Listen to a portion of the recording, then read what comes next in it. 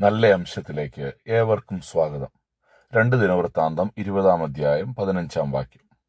അവൻ പറഞ്ഞതെന്തെന്നാൽ, യഹൂദ്യരൊക്കെയും യെരൂശലേം നിവാസികളും യഹോശാഫാത്ത് രാജാവുമായുള്ളവരെ കേട്ടുകൊള്ളുവിൻ. യഹോവ ഇപ്രകാരം നിങ്ങളോട് അരുളി ചെയ്യുന്നു, ഈ വലിയ സമൂഹ നിമിത്തം ഭയപ്പെടരുത്, ഭ്രമിക്കുകയുമരുത്. യുദ്ധം നിങ്ങളുടേതല്ല, ദൈവത്തിൻ്റെതത്രേ. യഹോശാഫാത്ത് രാജാവിന്റെ കാലത്ത് യഹൂദയ്ക്ക് നേരെ വലിയൊരു പ്രതിസന്ധി വന്നു. മോവാബ്യർ, അമ്മോന്യർ, സെയീർ പർവ്വത നിവാസികൾ എന്നിവർ ഒരുമിച്ച് ചേർന്ന് യഹൂദയ്ക്കെതിരെ യുദ്ധത്തിന് വരികയാണ്. ഇത് ഒരു ചെറിയ ആക്രമണമല്ലായിരുന്നു. മാനുഷികമായി നോക്കിയാൽ ഇത് വളരെ ഗൗരവതരമായി പരാജയപ്പെടാനുള്ള സാധ്യതയുണ്ട്. യഹൂദ ജയിക്കുവാനുള്ള സാധ്യത വളരെ കുറവായിരുന്നു. യഹോശാഫാത്ത് ഭയപ്പെട്ടു, എന്നാൽ ഭയത്തിൽ തകർന്നുപോയില്ല. അവൻ ദൈവത്തെ അന്വേഷിച്ചു. അപ്പോൾ ദൈവം യെഹെസ്കേൽ മുഖാന്തരം അരുളി ചെയ്യുകയാണ്, ഭയപ്പെടേണ്ട, യുദ്ധം നിങ്ങളുടേതല്ല, ദൈവത്തിൻ്റെതത്രേ. പ്രിയപ്പെട്ട ദൈവമക്കളെ, നമ്മുടെ ജീവിതത്തിൽ പ്രതിസന്ധികളും പ്രയാസങ്ങളും വരുമ്പോൾ ദൈവത്തിന് നമ്മോട് പറയാനുള്ള ഒരു സന്ദേശമാണിത്. ഭയം വരുന്നത് വിശ്വാസക്കുറവിന്റെ അടയാളമല്ല. യഹോശാഫാത്ത് ഭയപ്പെട്ടു എന്ന് 3 വാക്യത്തിൽ നമ്മൾ വായിക്കുന്നുണ്ട്. ദൈവവചനം അവന്റെ ഭയത്തെ മറച്ചു വയ്ക്കുന്നില്ല. വിശ്വാസികളുടെ ജീവിതത്തിലും ഭയം വരാം. അത് രോഗത്തിന്റെ നടുവിലും, സാമ്പത്തിക പ്രതിസന്ധിയുടെ നടുവിലും, കുടുംബ പ്രശ്നങ്ങളുടെ നടുവിലും, ശുശ്രൂഷയിലെ വെല്ലുവിളികളുടെ നടുവിലുമൊക്കെ ഭയം വരാനുള്ള സാധ്യതയുണ്ട്. യഹോശാഫാത്തിന്റെ മഹത്വം എന്താണെന്ന് ചോദിച്ചാൽ, ഭയം വന്നില്ല എന്നതിലല്ല, ഭയം വന്നപ്പോൾ അവൻ എവിടേക്ക് തിരിഞ്ഞു എന്നുള്ളതാണ്. ഭയം ഒരു വികാരമാണ്, എന്നാൽ വിശ്വാസം ഒരു തീരുമാനമാണ്. ഭയം വരുമ്പോൾ ദൈവത്തിൽ നിന്ന് ഓടിപ്പോകരുത്, ദൈവത്തിങ്കലേക്കാണ് നാം ഓടേണ്ടത്. ഭയത്തിന്റെ സമയത്ത് ദൈവത്തെ അന്വേഷിക്കുക. അവൻ യഹോവയെ അന്വേഷിപ്പാൻ മനസ്സുവെച്ചു എന്ന് 3 വാക്യത്തിൽ നാം വായിക്കുന്നുണ്ട്. അവൻ ദൈവത്തെ അന്വേഷിക്കുവാൻ താല്പര്യപ്പെട്ടു. യഹോശാഫാത്ത് സൈന്യത്തിന്റെ വലിപ്പം നോക്കിയില്ല, രാഷ്ട്രീയ സഖ്യങ്ങൾ അന്വേഷിച്ചില്ല. ആദ്യം ദൈവത്തെ അന്വേഷിച്ചു. അവനൊരു ഉപവാസം പ്രഖ്യാപിച്ചു. ജനത്തെ ഒരുമിച്ച് കൂട്ടി പ്രാർത്ഥിച്ചു. പ്രശ്നം വലുതാകുമ്പോൾ പ്രാർത്ഥനയും വലുതാകണം. യിരെമ്യാവ് 33:3 നാം വായിക്കുന്നത് പോലെ, അവനെ വിളിച്ചപേക്ഷിക്കുമ്പോൾ ഉത്തരമരുളുമെന്നാണ് കർത്താവിന്റെ വാഗ്ദത്തം. പ്രതിസന്ധി വരുമ്പോൾ ആദ്യം ഫോൺ വിളിക്കുന്നതിനേക്കാൾ ആദ്യം ദൈവത്തെ വിളിക്കുക. ദൈവം പറയുന്നു, ഭയപ്പെടേണ്ട എന്ന്. 15 വാക്യത്തിൽ ഭയപ്പെടുകയും പേടിക്കുകയും വേണ്ട എന്നുള്ളതായ വലിയൊരു ആഹ്വാനമാണ് ദൈവത്തിന്റെ ആത്മാവ് നമുക്ക് നൽകുന്നത്. ദൈവം പ്രശ്നത്തെ ഒരിക്കലും നിഷേധിച്ചില്ല. അങ്ങനെയൊന്നുമില്ല എന്നല്ല, ശത്രുക്കളില്ല എന്നല്ല, അപകടമില്ല എന്നല്ല.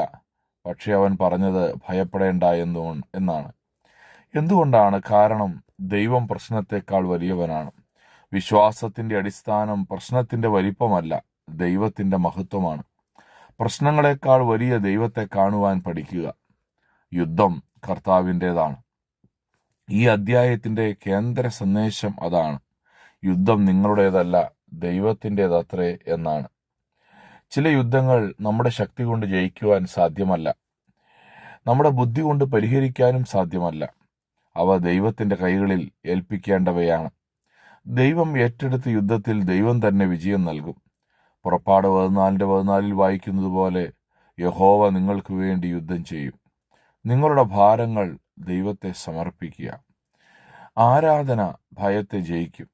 യുദ്ധഭൂമിയിലേക്ക് യഹോശാഫാത്ത് അയച്ചത് ആദ്യം സൈന്യത്തെയല്ല, അവൻ ആരാധിക്കുന്നവരെയാണ് മുമ്പിൽ നിർത്തിയത്. 21 വാക്യത്തിലേക്ക് വരുമ്പോൾ അവിടെ നാം കാണുന്നത്, യഹോവയെ സ്തുതിപ്പിൻ, അവന്റെ ദയ എന്നേക്കും നിലനിൽക്കും എന്നുള്ളതാണ്. ഈ ദൈവത്തിൽ വിശ്വസിക്കുകയും ദൈവത്തിൽ ഉറച്ചു നിൽക്കുകയും അവന്റെ പ്രവാചകന്മാരെ വിശ്വസിക്കുകയും ചെയ്യാനാണ് യഹോശാഫാത്ത് ആഹ്വാനം നൽകുന്നത്. പ്രിയപ്പെട്ടവരെ, നമ്മുടെ ജീവിതത്തിൽ നാം പ്രതിസന്ധികളുടെ നടുവിൽ ദൈവത്തെ സ്തുതിക്കുവാൻ തുടങ്ങണം. പ്രയാസങ്ങളുടെ നടുവിൽ ദൈവത്തെ ആരാധിക്കുവാൻ തുടങ്ങണം. നാം ദൈവത്തിന് മഹത്വം കരേറ്റുന്നവരായി തീരുമ്പോൾ 21 വാക്യത്തിൽ നാം അത് കാണുന്നുണ്ട്. ജനങ്ങൾ സ്തുതിക്കാൻ തുടങ്ങിയപ്പോൾ ദൈവം പ്രവർത്തിക്കുവാനും തുടങ്ങി. ഭയം ശ്രദ്ധയെ പ്രശ്നത്തിലേക്ക് തിരിക്കും. ആരാധന ശ്രദ്ധയെ ദൈവത്തിങ്കിലേക്ക് തിരിക്കും. നാം പ്രശ്നമാണ് കാണുന്നതെങ്കിൽ അത് ഭയമാണ് കാരണം.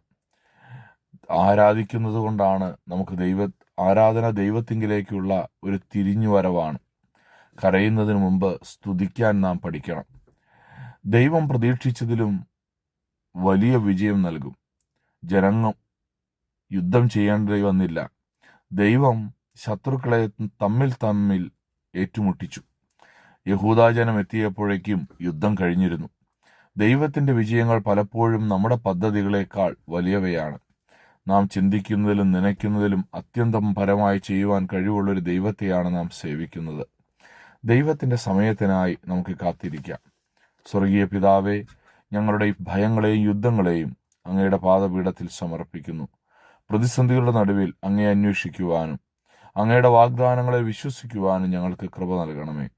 യുദ്ധം ഞങ്ങളുടേതല്ല, അവിടുത്തേതാണെന്ന് ഓർത്ത് സമാധാനത്തോടെ ജീവിപ്പാൻ ഞങ്ങൾക്ക് കൃപ തരണമേ. ആരാധനയിലൂടെ ഭയത്തെ ജയിക്കുവാനും അവിടുത്തെ വിജയത്തെ കാണുവാനും ഞങ്ങളെ ശക്തിപ്പെടുത്തണമേ.